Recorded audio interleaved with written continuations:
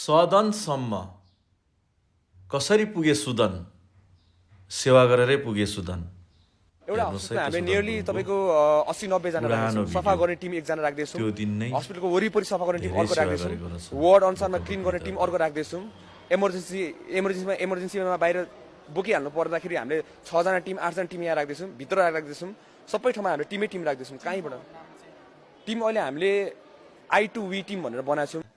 यसरी राजधानी केन्द्रित नभइकन दुर्गम जिल्लाका बढी प्रभावित क्षेत्रमा समेत स्वयंसेवकहरूलाई खटाउने अभियान अन्तर्गत उपत्यका बाहिर 12 जिल्लामा समेत स्वयंसेवक पठाइएको छ।